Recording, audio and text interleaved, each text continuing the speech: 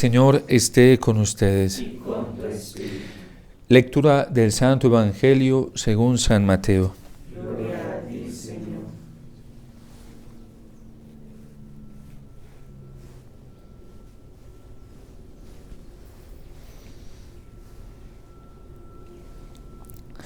En aquel tiempo Jesús dijo a sus discípulos esta parábola.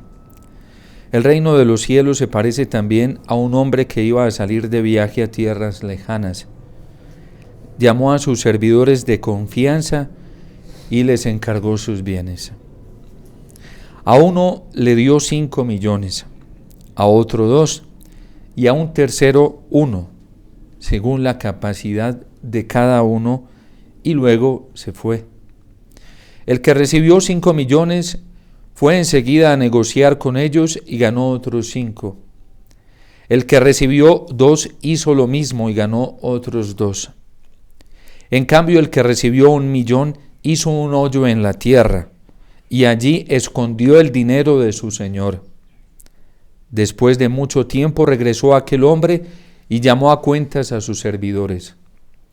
Se acercó al que había recibido 5 millones y le presentó otros 5, diciendo: Señor, 5 millones me dejaste, aquí tienes otros 5, que con ellos he ganado.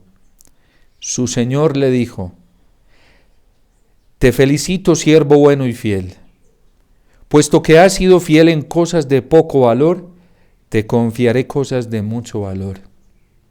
Entra a tomar parte en la alegría de tu señor. Se acercó luego el que había recibido 2 millones y le dijo: Señor, 2 millones me dejaste. Aquí tienes otros 2, que con ellos he ganado. Su señor le dijo: Te felicito, siervo bueno y fiel. Puesto que has sido fiel en cosas de poco valor, te confiaré cosas de mucho valor. Entra a tomar parte en la alegría de tu señor. Finalmente se acercó el que había recibido 1 millón y le dijo: Señor, yo sabía que eres un hombre duro, que quieres cosechar lo que no has plantado y recoger lo que no has sembrado. Pero por eso tuve miedo y fui a esconder tu millón bajo tierra. Aquí tienes lo tuyo.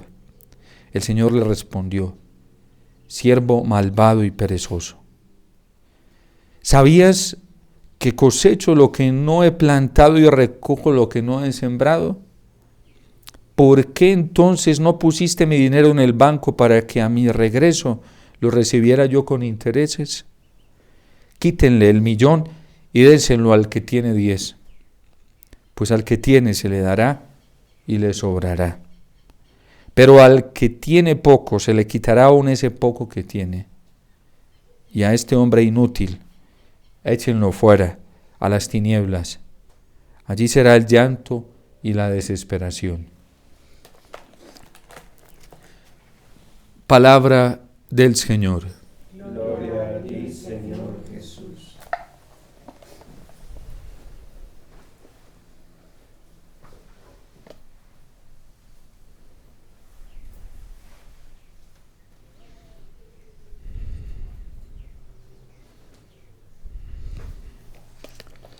Nos cuenta, creo que es el libro de los Reyes, no recuerdo bien, o de Samuel, pero sí, es el libro de los Reyes. De un hombre, un general de la corte real de Siria, llamado Naamán, el sirio, un hombre importantísimo. Y estaba enfermo de lepra. Tenía una esclava judía, pues que había sido capturada en una de las incursiones que habían tenido el pueblo de Israel, y la tenía en su casa. Y ella le habló de un profeta, un hombre de Dios, que tenía muchísimo poder y a lo mejor podría curarlo de su enfermedad, de la lepra. Porque un hombre como estos, a pesar del dinero que tenía, del poder que tenía, porque tenía muchísimo poder, ¿sí?, de la fama, porque además era un general de la corte real, a pesar de todo eso, pues había algo que lo estaba venciendo, y era la lepra. Seguro que hubiera querido dar todo el dinero que tenía para ser curado. De hecho, nos cuenta la palabra de Dios que se fue con recomendaciones del rey a buscar al hombre de Dios y se lleva sus carretas llenas de oro y de riquezas y de alimento y de grano, ¿sí?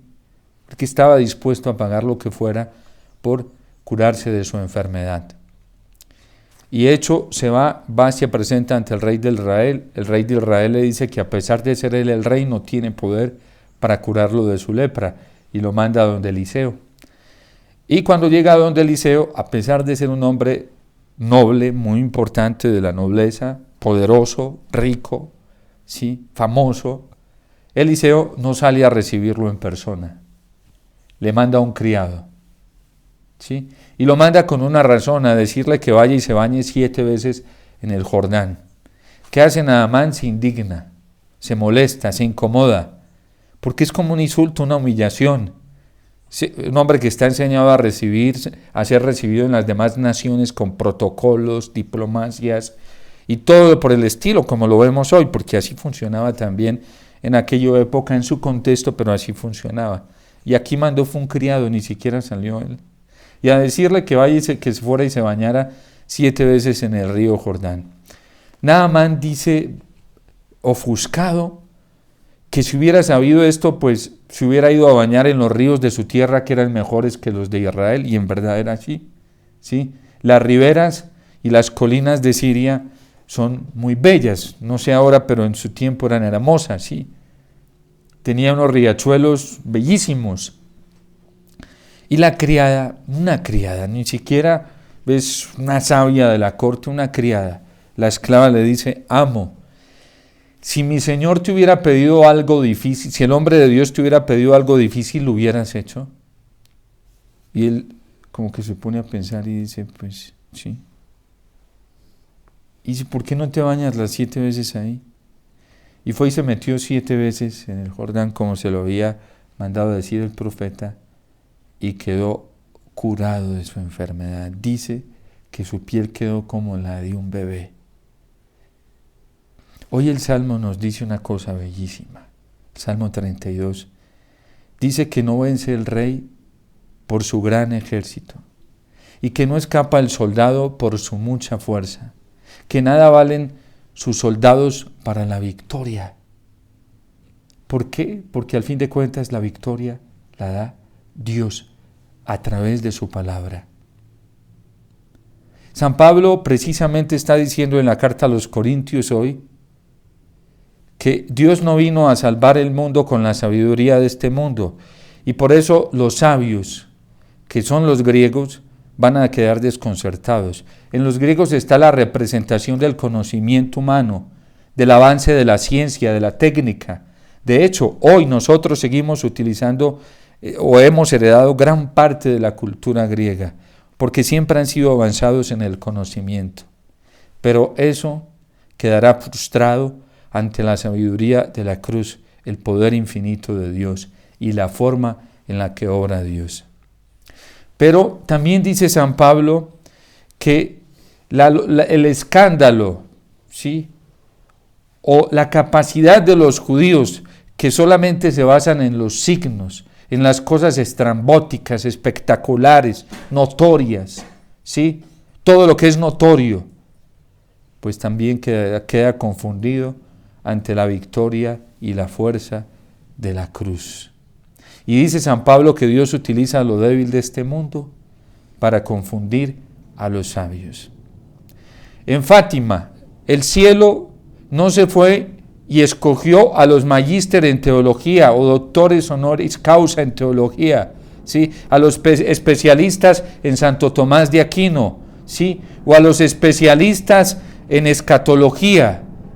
No escogió a los especialistas en temas de moral, ¿sí?, a los avanzados en bioética, moral sexual o matrimonial.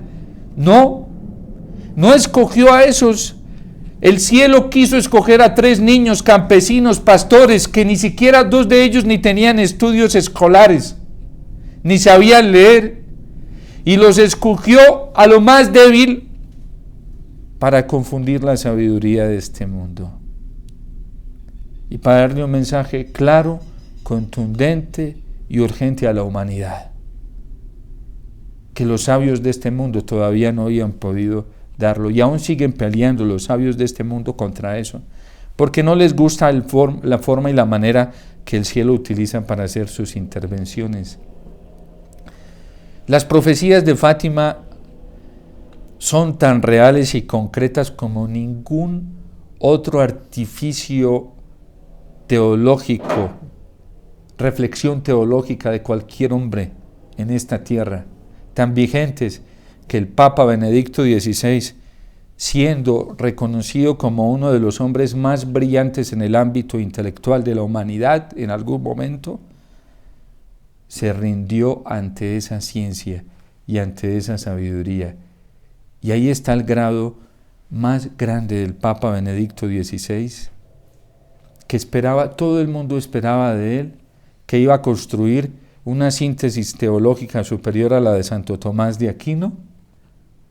¿Y qué se quedaron viendo los teólogos hoy? Un chispero. Porque ¿qué dijo el Papa Benedicto XVI? Prefirió rendirse ante la sabiduría de Dios, la sabiduría divina, la sabiduría de la cruz. Hace poco nos dijo que este poder tan tremendo del anticristo, que ya funciona como una dictadura en el mundo, solamente se puede vencer a través de la oración. Un hombre con una capacidad intelectual, un hombre de quien dijo el Papa Francisco que tenía un conocimiento era uno de los que tenía un conocimiento más profundo de la cultura europea de la cual nosotros somos herederos. Un hombre de quien dijo también el Papa Francisco que estaba seguro y convencido de que su renuncia estaba sosteniendo a la Iglesia.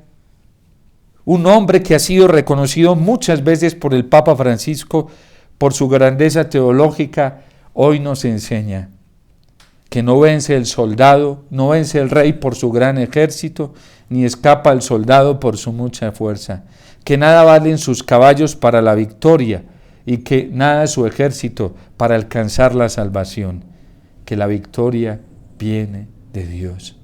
Y eso se llama humildad.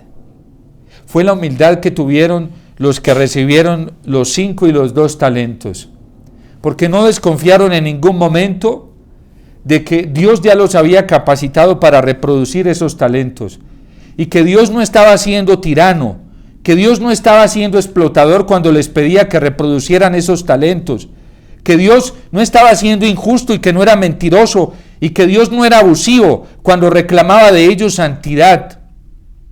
Nuestras constituciones en el capítulo 9 traen una cosa bellísima para los hijos del Fiat, precisamente valiéndose de esta parábola. Y dice que quien es fiel en lo poco tendrá garantía de serlo en lo mucho. Este hombre de 5 y 2 talentos hicieron un reconocimiento a los atributos omnipotentes de Dios. Y es que si este hombre que va a salir a tierra lejana llama a sus servidores de confianza y les encarga bienes, es porque si nos está encargando bienes, antes de habernos encargado unos bienes, unos talentos, antes de ello nos capacitó. Por eso dice San Pablo que Dios no prueba a nadie más allá de las capacidades que le ha dado para aguantar la prueba. Si Dios a la humanidad hoy la está probando como la está probando y a la iglesia la está probando como la está probando, y ya hay persecución incluso en la iglesia colombiana y vamos a orar por quienes están recibiendo directamente la persecución, es porque Dios ya los capacitó y por eso no podemos asustarnos. Por eso la iglesia no se asusta, porque la iglesia reconoce como el de 5 y 2 talentos que ya recibió la capacidad para aguantar lo que venga, calumnia, difamación, reproche, crítica y mucho más que eso, incluso la persecución sangrienta de muerte. La iglesia no se asusta, por eso la iglesia no anda defendiéndose. Y dice la palabra del Señor, cuando estén ante los tribunales, cuando estén ante las sinagogas, cuando estén ante sus enemigos y persecutores, no se preocupen de qué van a decir o cómo se van a defender, porque el Espíritu Santo hablará por ustedes. ¿Sabe quién se asusta?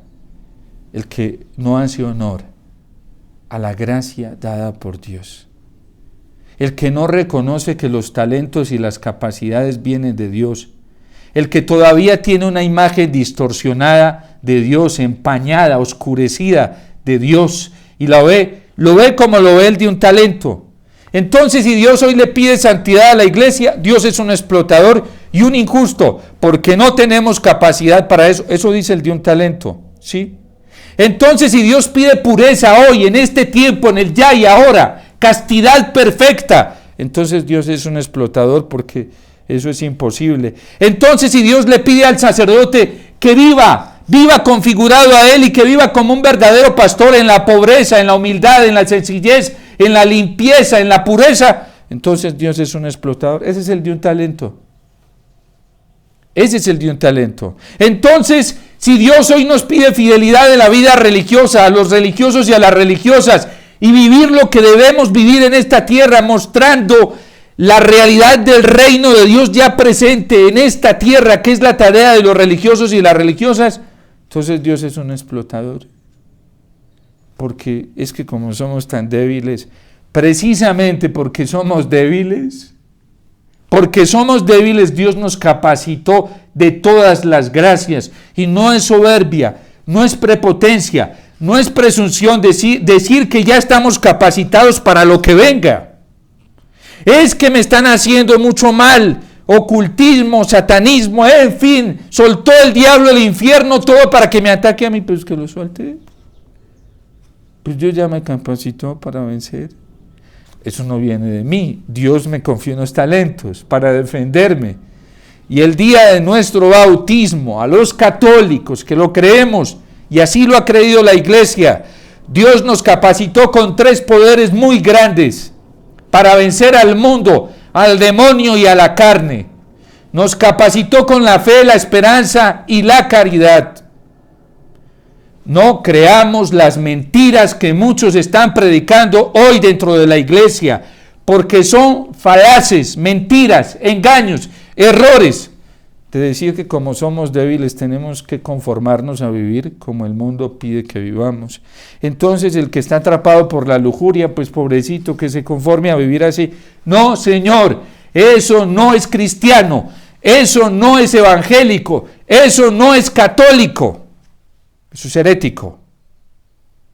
Y son desviaciones de herejías muy antiguas que el Espíritu Santo ya venció dentro de la iglesia y que hoy algunos católicos las han acogido para vivir una vida conforme al mundo, conforme al pecado y conforme al egoísmo.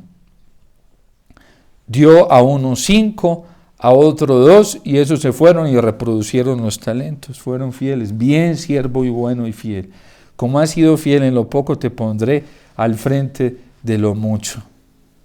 Ese cuento de que no, pues ¿qué tenemos que hacer? Dios entiende que debemos vivir así en el pecado. No, Dios no entiende eso, ni lo va a entender, porque Él nos capacitó desde antes para vivir en la fidelidad. Padre, pero es que después del bautismo quedó la concupiscencia, la debilidad, sí quedó para el combate, pero no como una imperfección de Dios.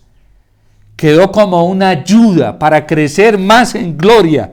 Y por eso al que tiene 5 fue y lo reprodujo y le dijo, te voy a dar más. Ven, te voy a confiar muchísimo más. Porque al que trabaja por la santidad y es fiel, Dios le sigue dando más, como Él es infinito. Por eso los santos hoy siguen creciendo en gloria. ¿Ustedes creen que los santos en el cielo están ya estáticos, parados ahí? No, ustedes están creciendo en gloria, en felicidad, en dicha, en amor. Siguen creciendo allá. Y por eso ellos le están pidiendo a Dios que ya venga y haga justicia, porque cuando esto se organice y Dios lo organice, esto va a ser una cosa impresionante. Porque Dios es infinito. Ustedes imaginan si Dios no fuera infinito, ¿cómo sería el cielo? Ya se agotó todo, ya hay todo ahí, todo el mundo ahí como ya para, no.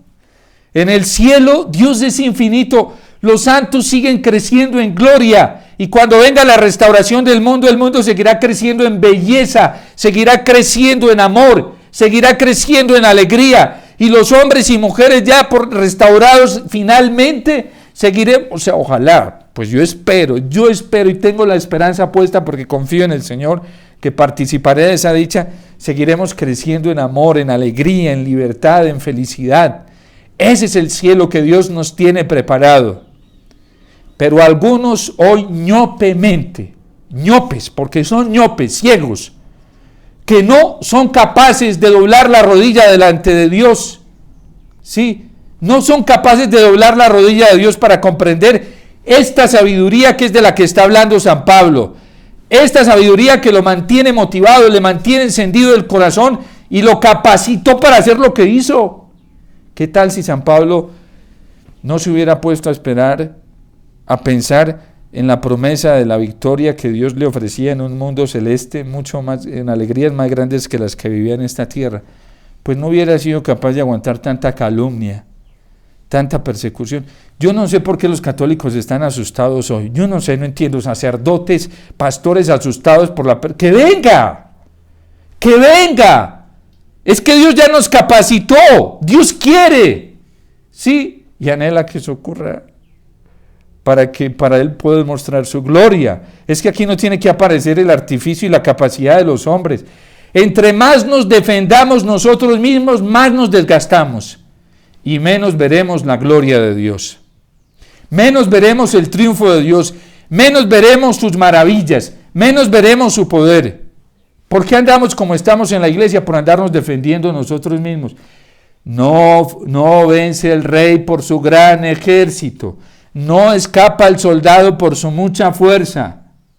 De nada valen sus caballos para la victoria, ni su gran ejército para salvarse, dice el Salmo 32 hoy. Nosotros esperamos en el Señor Dios nuestro. Anhelamos su misericordia. ¿Quién es el que más disfruta del amor protector de Dios? El que más confía en Él. Pero como los católicos hoy y muchos cristianos andan confiando en los hombres, en instituciones humanas, en promesas humanas, lo que le pasó a Colombia, lo que le pasó. Desde hace tiempo tenemos una promesa del corazón de Jesús que nos ha llamado a la confianza en Él. Y la gente se puso a confiar en elecciones presidenciales en los hombres. Y en lo que los sabios de este mundo les decían. Y a uno le dicen, padre, pero es que me dijeron, vea, este líder católico dijo que votáramos por esta persona, ¿para qué ponen a confiar en los hombres? ¿Para qué se ponen a confiar en el conocimiento de los griegos? Si Dios nos estaba llamando a confiar en Él. Listo, ahí tenemos el fruto, ese es el fruto. Porque los católicos hoy estamos muchos ciegos, tenemos la esperanza en los hombres y creemos que nos van a, así como Pedro cuando le dice, Señor, eso que ni te suceda, creemos que nos van a salvar poderes políticos. No, poderes políticos, no, nada de eso, es Dios. Es Dios. El libro del Apocalipsis termina con una cosa bellísima, después de toda lo que se da, la batalla, si la prostitución de la Babilonia, todo eso sí, de cómo algunos fieles se vendieron, quedaron marcados con el sello de la bestia, otros, los elegidos, quedaron marcados con el sello de Dios. Al final termina el libro del Apocalipsis diciendo que la victoria se alcanzó no por movimientos laicales, comunidades religiosas, triunfo, no. Dice que Dios venció con el soplo de su boca, ¿sí? Y algunos hoy en la iglesia, algunos son pretenciosos, pura soberbia. Creen que la victoria y la salvación vendrá por ellos. No, viene de nuestro Dios. Y sobre todo esa victoria se manifiesta en la Eucaristía. Es Cristo. San Mateo, yo lo recordaba esta semana, tomándolo de la Biblia. Dice, ¿está aquí o está allá? Ya lo había advertido el Evangelio. Y algunos hoy están diciendo, la salvación está acá, el Mesías está acá en esta comunidad, quien no se meta aquí en este movimiento, en esta comunidad, o quien no haga lo que yo digo, lo que yo pienso, no se salva. Así estamos hoy dentro de la iglesia, sacerdotes, obispos, predicando lo mismo, ¿sí? Puro milenarismo ahí, un milenarismo histórico, ¿sí? Que la iglesia lo ha condenado. La iglesia ya lo condenó en otros momentos, puros errores, místicos, teológicos, espirituales. ¿Y qué dice San Mateo? No hagáis caso, les dirán que está aquí, que está allí, que el Mesías está allí, está acá. No hagáis caso. será como el relámpago que sale en oriente. Y en la iglesia, ¿qué es lo que sale del oriente? Y la iglesia lo ha entendido y gracias a Dios, la Sacrosanctum Concilium hoy lo sigue conservando. El Concilio Vaticano II en la liturgia nos dice qué es lo que sale del oriente y quién es el que sale del oriente y cómo es el que sale del oriente. Es Cristo Eucaristía, que se levanta de oriente. Es Jesús Eucaristía. Por eso en el arte religioso los templos se construían y los templos ad oriente. Y antes la Eucaristía se celebraba antes del concilio ad oriente. Sí, el ministro sacerdote de cara ad oriente. Sí. Ahí por aquí tenemos un templo en ese estilo y es el monasterio de los benedictinos. Es muy bonito ver allí, incluso como tienen la ventana pues tienen un orificio que cae el rayo del sol sobre el altar, ¿sí? Ad oriente. ¿Por qué es de oriente? Es la Eucaristía. La iglesia lo ha entendido. La iglesia lo sabe y tiene esa certeza de que la salvación saldrá de oriente y sale de oriente todos los días. Y es la Eucaristía, el sol que nace de lo alto para iluminar a los que viven en tiniebla y en sombra de muerte. No hagan caso, no se dejen engañar cuando les digan está aquí, está allí, es esta comunidad religiosa, o es este sacerdote, o es este obispo, o es este movimiento laical. No hagan caso a eso. Es la Eucaristía, la salvación se levanta del altar. Y hoy los que estemos así hambrientos, sedientos, buscando, esperando la salvación, salida de la Eucaristía, somos los que tendremos la posibilidad de participar ya en esta tierra, de la alegría que produce, de la confianza que produce, de la felicidad que produce, ver cómo se levanta el Señor en medio de la tiniebla desde el altar eucarístico. Y quienes más busquen a Jesús en el sagrario, esos van a ser los que más resplandezcan ya desde esta tierra. Por eso no podemos dejarnos quitar la fe en la Eucaristía, la conciencia de la Eucaristía. Ahí lo trae San Mateo, dice que de oriente saldrá. Ezequiel nos lo estaba diciendo la semana pasada, que era de oriente que se levantaba la gloria de Dios y que él lo veía en el templo, cómo se levantaba de oriente. Los reyes magos vieron la estrella salir de oriente y esa estrella vino y los buscó y los llevó otra vez a oriente, ¿sí? Y es el altar de la Eucaristía, los sagrarios, capillas de adoración, ¿sí? Miren, yo conozco una persona que se dedica a eso, a abrir capillas de adoración perpetua en el mundo. ¡Qué espectáculo! ¡Qué fascinante! Por aquí donde esté Cristo, si la tiniebla no podrá llegar. Cristo Eucaristía. Y por eso San Pablo lo dice claramente. Esta es la sabiduría, la del altar, la de la Eucaristía, la que confunde a los sabios de este mundo, ¿sí?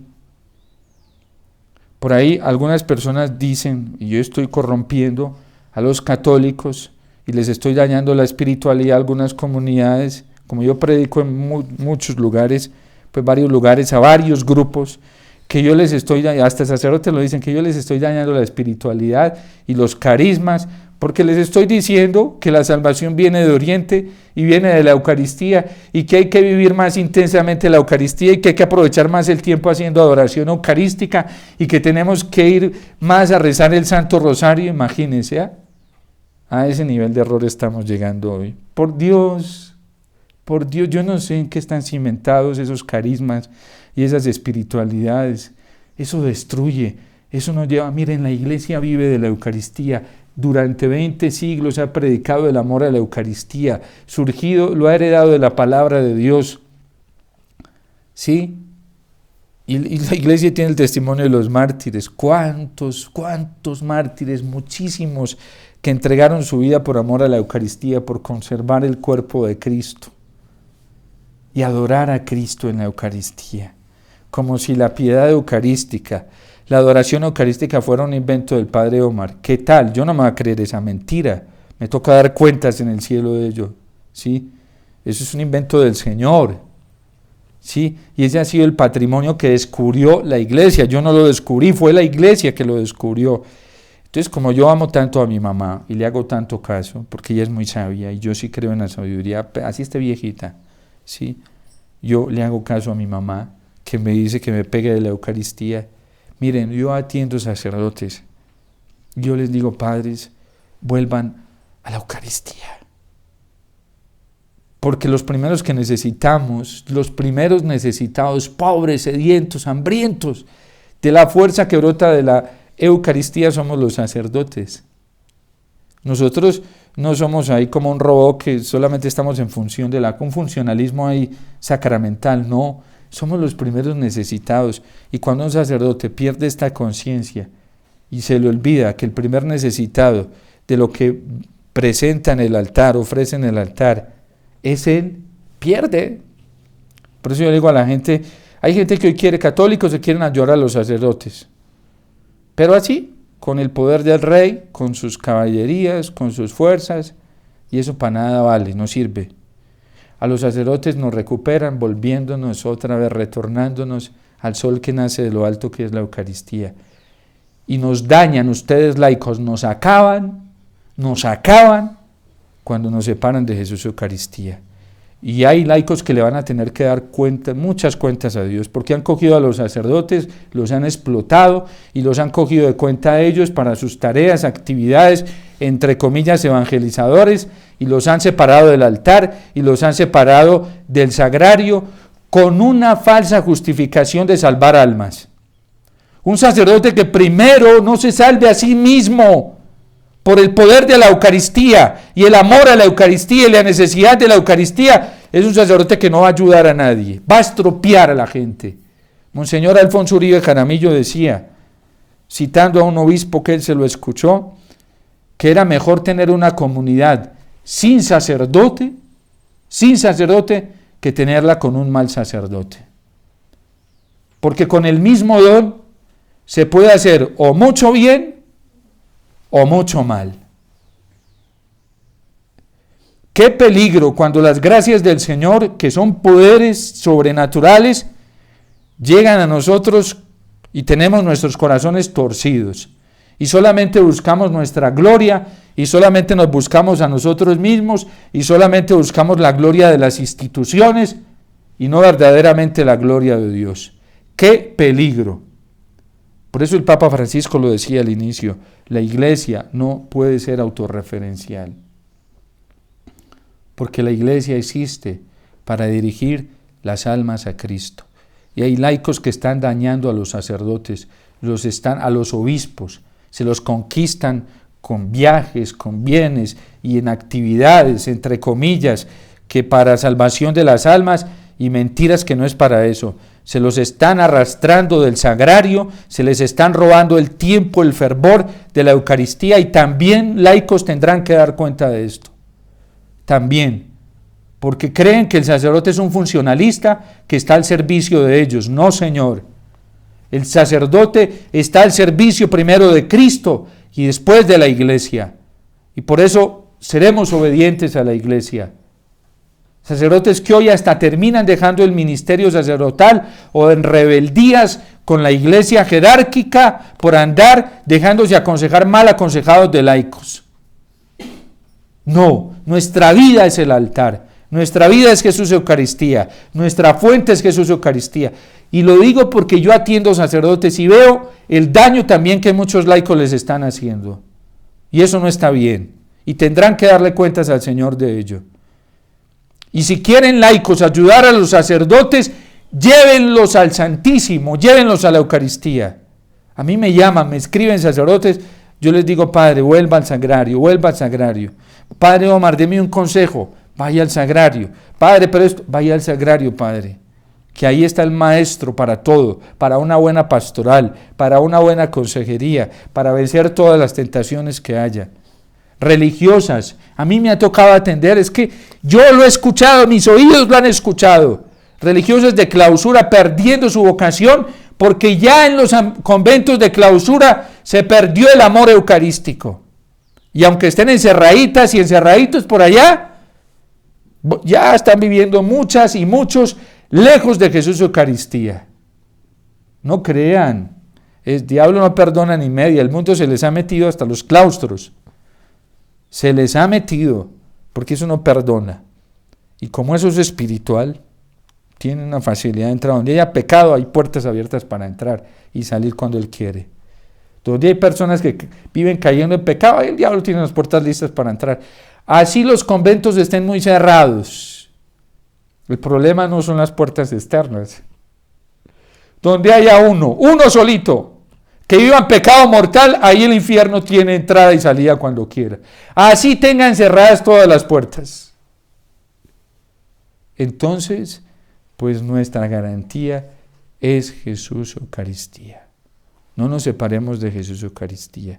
Y cuidado con ir separando las almas del sagrario, y a los sacerdotes, y a los consagrados, a los religiosos y a las religiosas. Y laicos todos, católicos, tenemos que volver a la Eucaristía. Y si queremos ayudar a nuestros sacerdotes que están siendo perseguidos, obispos, mandémoslos a Jesús Eucaristía. Nosotros no necesitamos nada más para defendernos de la persecución. ¿Sí? Nosotros no necesitamos lástimas humanas. La lástima hace mucho daño. Vaya, pregúntele a un psicólogo todo el daño que le hace a una persona a la lástima. La lástima hace mucho daño. Ay, pobrecito, ay, no, pobrecito, no. Los cristianos estamos enriquecidos con la gracia de Dios, pobrecito. No, Padre, haga uso de esos talentos que Dios le dio, la confianza, la esperanza. Vaya, arrodíllese delante del Señor, que ahí le viene toda la fuerza. Pero qué cuentos de andarnos defendiendo, ¿no? Con astucias humanas. ¿Para qué nos sirve eso? Para nada. Bueno, ahí está, no lo digo yo, ahí está el Salmo 32. Para que después no vayan a decir que yo me estoy inventando eso. Ahí está Salmo 32. Vayan a la palabra de Dios. ¿Sí? Y si les cuesta creer eso, a ver qué dice la iglesia, vayan que la iglesia entiende esto así también.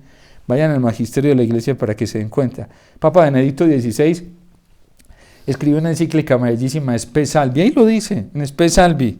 Deus Caritas Eis, ahí lo dice. ¿Dónde está el triunfo de nosotros los católicos? No, en buscar que la gente tenga lástima de nosotros, pobrecitos, ay, tan perseguidos. No, la persecución es una bendición y la iglesia así lo ha entendido. Por eso no podemos tenerle miedo ni a la calumnia, ni a la difamación, ni a la crítica, nada de eso. Es una bendición para poder humillarnos delante del Señor y dejar que Dios a través de lo débil confunda a lo sabio de este mundo, a los poderosos de este mundo. Dios te salve María, llena eres de gracia, el Señor es contigo, bendita tú eres entre todas las mujeres, y bendito es el fruto de tu vientre Jesús.